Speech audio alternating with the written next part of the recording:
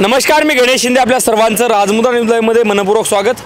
राजमुद्रा news लाईव्हच्या Coal जनतेचा या विशेष सत्रामध्ये आपल्या सर्वांचं मनपूर्वक स्वागत. अवघ्या 40 ते 50 दिवसावर विधानसभेच्या निवडणुका आलेल्या आहेत आणि लोकांच्या मनामध्ये नेमकं काय, कारण की आपण पाहिलं की जवळपास 5 वर्षांमध्ये अनेक महाराष्ट्रामध्ये घडामोडी घडल्या आणि लोकांच्या अनेक प्रश्न उद्भवतात आणि लोकांच्या मनामध्ये नेमकं काय आहे आपण हे जाणून घेण्यासाठी थेट आलेलो आहोत हादगावमध्ये. आणि आज आपण सर्वे करणार आहोत, लोकांचं जनमत जाणून घेणार आहोत हादगाव हिमायतनगर विधानसभा मतदारसंघामध्ये. त्या संदर्भात आपल्यासोबत काही नागरिक आहेत. आपण त्याचं संवाद. सर, काय नाव तुझं? डॉक्टर ज्ञानेश्वर कदम निवगा. बरं, काय वाटतं हादगाव विधानसभा मतदारसंघाच्या आता अवघ्या 40-50 दिवसावर निवडणुका देखील आलेल्या आहेत. 5 वर्षात टर्म संपला आहे. 5 वर्षात कशी कामं झाली? तर या माधवराव पाटलांनी केलेले आहेत कामं, त्याबद्दल मला काही म्हणायचं नाही. आणि यावेळेस बहुतेक ते बी उभे राहतील काँग्रेसकडून. आणि परत त्यांच्या विरोधक म्हणून बाबुरावजी कदम कोहळीकर हे राहणार आहेत असं कळलं आहे मला. त्यामुळे आणि बाबुराव कदमांनी पण बरेचसे कामं केले. ते पण ग्रामीण भागामध्ये खूप कामं करतात, कुठेही हजेरी लावतात. या हादगाव हिमायतनगरचे तुम्ही एक नागरिक म्हणून नेमकं कोणकोणती कामं झाली पाहिजे असं वाटतं? आता ग्रामीण भागामध्ये विकास झाला पाहिजे. तसं वास्तविक पाहता आमचे निवघा बाजार येथे बसस्टँडला मूत्रीघरांची व्यवस्था नाही आणि संडासची व्यवस्था नाही. बसस्टँड नाही, तिथे कुठलाही निवारा नाही. बाहेरगावचे जर प्रवासी आले तर फार गंभीर परिस्थिती आहे तिथे. कधी एस टी भेटत नाही, कधी कोणतं वाहन भेटत नाही. त्यावेळेस फार अडचण जाते. त्याकरिता तिथे बसस्टँडची सुविधा अतिशय आवश्यक आहे. तिथे पोलीस स्टेशन होणारे आहे म्हणले, पोलीस स्टेशन बी आणखीन झालेलं नाही. त्याकरिता जागा राखीव आहे असं म्हणले, पण आतापर्यंत काही. 2024चा तुमच्या मनातला आमदार कोण होईल वाटते? आता या दोघांमध्ये आहे माधवराव पाटील जवळगावकर आणि आपले कोहळीकर.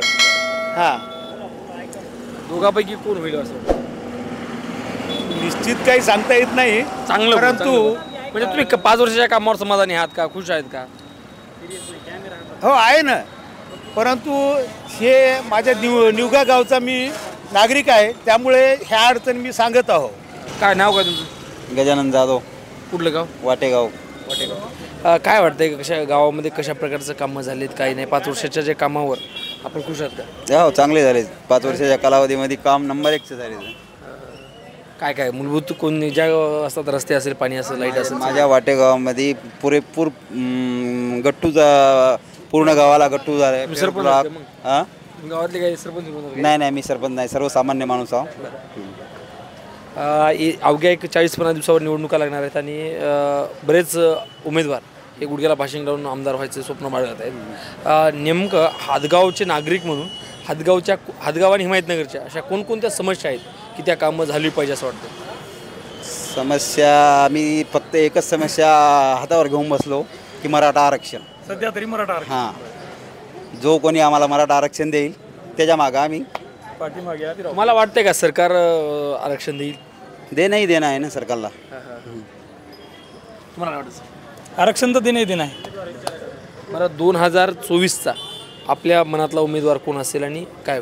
इथले राजकीय नेते सोडून मराठा उमेदवार कोणी राहू, आम्ही त्याच्या पाठीशी आहोत. जरांगे साहेब असो, राजकीय लोक सोडून. बरे 5 वर्षाच्या कामावर आपण समाधानी आहात? आमचं तर काही तेवढं असं विशेष समाधान नाही. तुमचं का कोणतं? अंबाळा.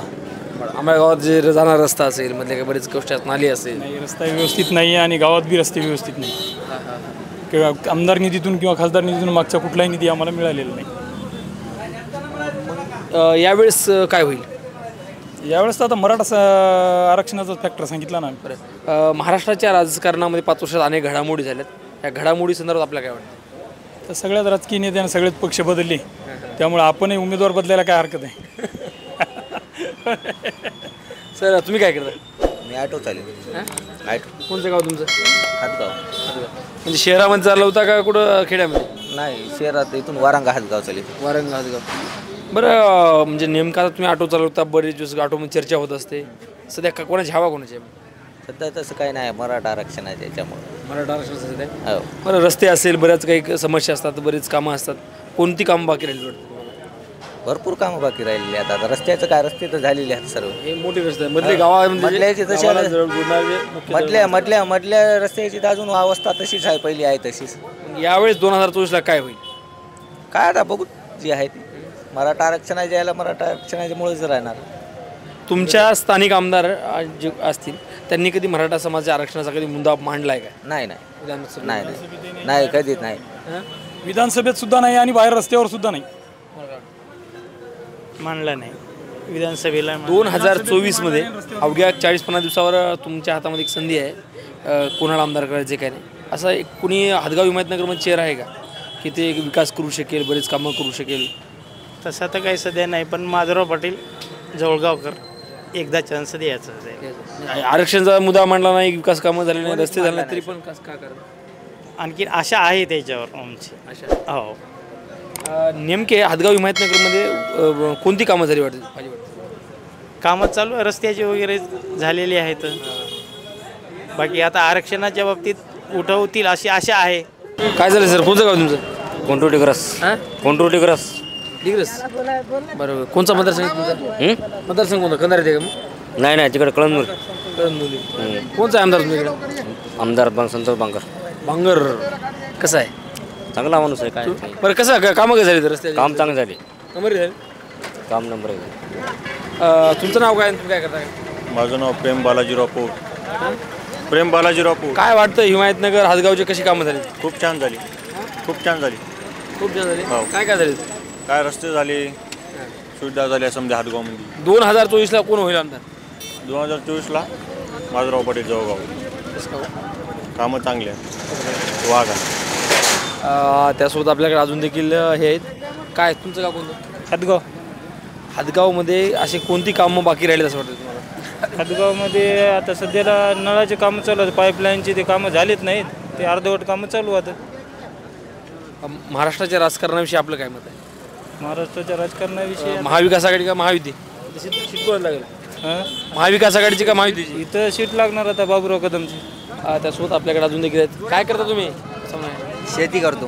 शेती करता. काय सध्या काय वाटते महाराष्ट्राच्या राजकारणासंदर्भात?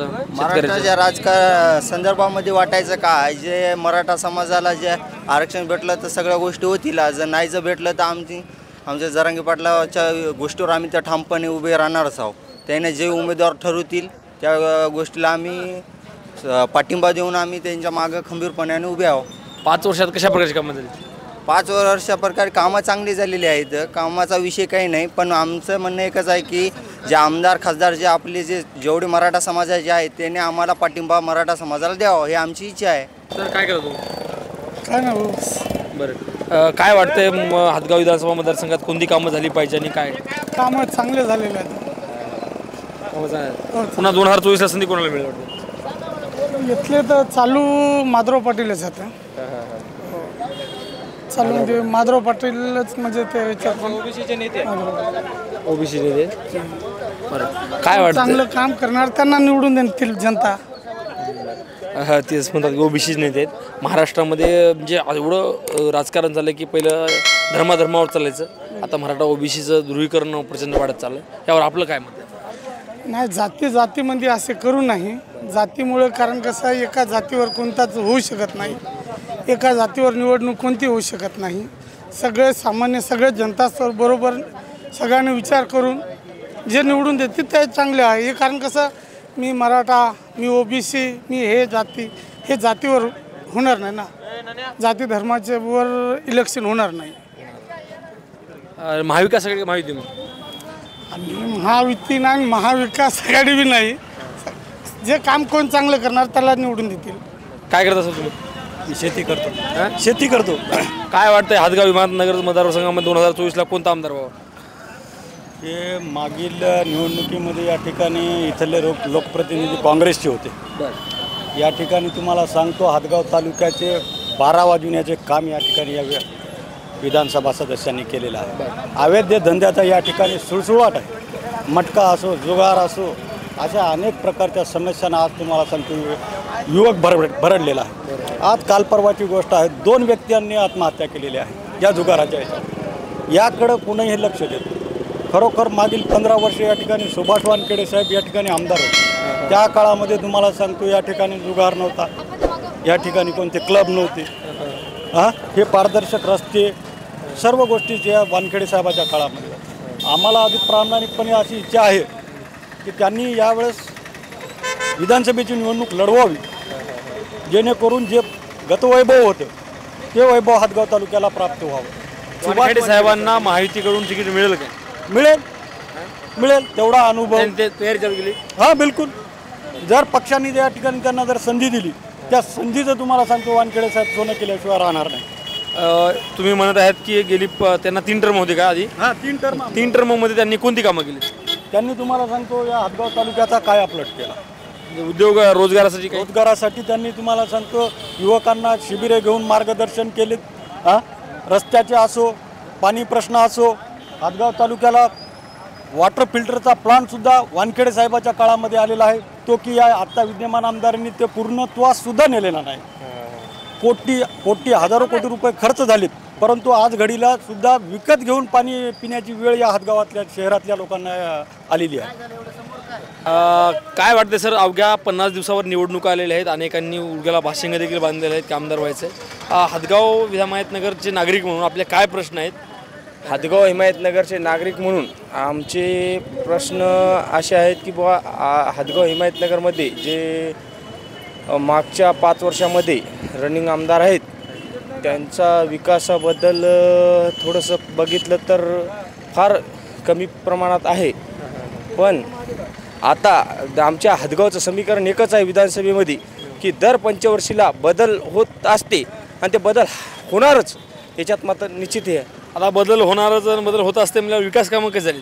विकास कामेच सांगतात ना, विकास कामं झाले नसल्यामुळे बदल होत असते, हे आमच्या इथली परंपरा आहे. त्यासोबत काय वाटते, कशी झाली कामं? हदगाव तालुक्यात आमदार साहेब माधवराव पाटील जवळगावकरांनी चांगल्या प्रकारे कामं केली आहेत. कोणती कामं राहिली वाटते? कामं म्हणजे आता विम्याचा प्रश्न जे आहे ते आता त्यांनी काल परवा विधानसभेमध्ये मांडला होता. अजून दुसरं रोडचे ते कामं त्यांनी चांगली केली. 2024ला कोण आमदार हवे तुम्हाला? माधवराव पाटील जवळगाव. तुम्हाला? माधवराव पाटील. तुम्हाला? बाबूराव कदम कोहळीकर. तुम्हाला?